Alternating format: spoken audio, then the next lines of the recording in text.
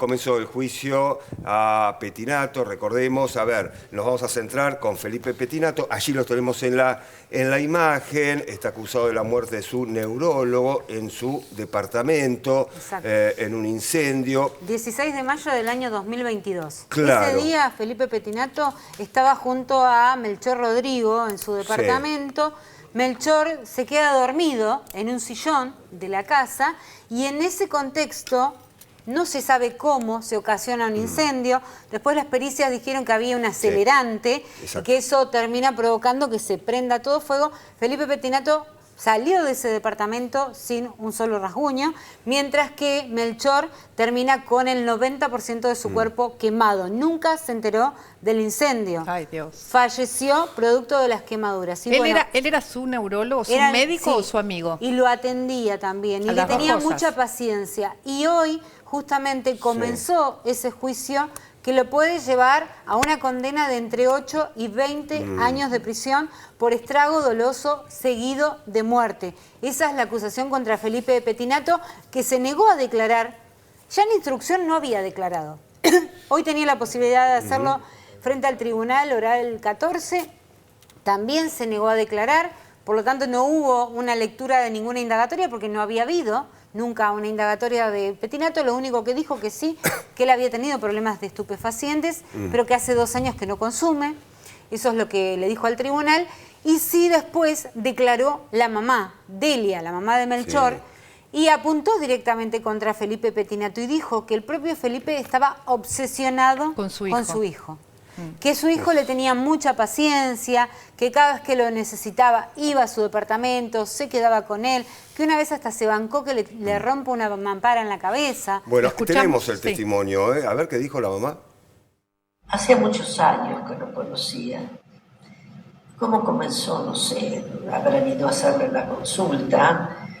Se sabe que él tiene problemas de adicción muy serios con la droga. Y bueno, Melchor decía que él lo podía sacar, que él le podía dar otra cosa, que podía controlarlo. Yo le diría como una obsesión que tenía con mi hijo, ¿no? Una cosa increíble. Bueno, pero Melchor le tenía mucha paciencia y trataba siempre de guiarlo, de manejarlo. Y bueno... Esa relación que usted menciona que tenía con Pettinato, ¿cómo era Melchor con otros pacientes? ¿Puede describir alguna situación con otros pacientes? ¿Era con la misma dedicación, con una dedicación distinta? La misma dedicación. La misma dedicación. Melchor era muy dedicado, se involucraba mucho con los pacientes.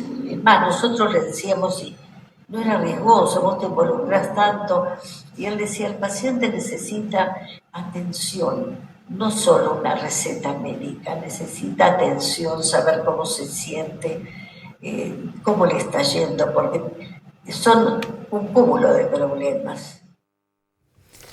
Bueno, allá la mujer recién decía ahí, en medio del juicio, que mi hijo se involucraba mucho con los pacientes. Yo le quiero preguntar a Lourdes, en ese momento el neurólogo estaba como neurólogo de Felipe Pettinato, como amigo, como conocido, como qué estaba en ese departamento. Porque habían generado un vínculo y, como bien decía la madre, estaba obsesionado Felipe, entonces lo llamaba todo el tiempo y él iba a la casa en ese contexto de, bueno, una relación un poco más allá de paciente, médico, pero bueno, lo cierto es que hoy estamos hablando de una persona que termina perdiendo la vida en manos de quien era su amigo paciente, ¿no? Dicen que empezó el fuego en un tumulto de ropa ahí al lado, donde estaba, en el sillón donde estaba el neurólogo, ¿no? Durmiendo. Sí, aparentemente estaría inconsciente, ¿no? Porque para que no se haya dado cuenta del incendio. Claro, el incendio te despierta, ¿no? Te despierta, ya el humo te despierta. Y había otra persona, que era Felipe Pettinato, que no tuvo ni un solo rasguño, podría haberlo...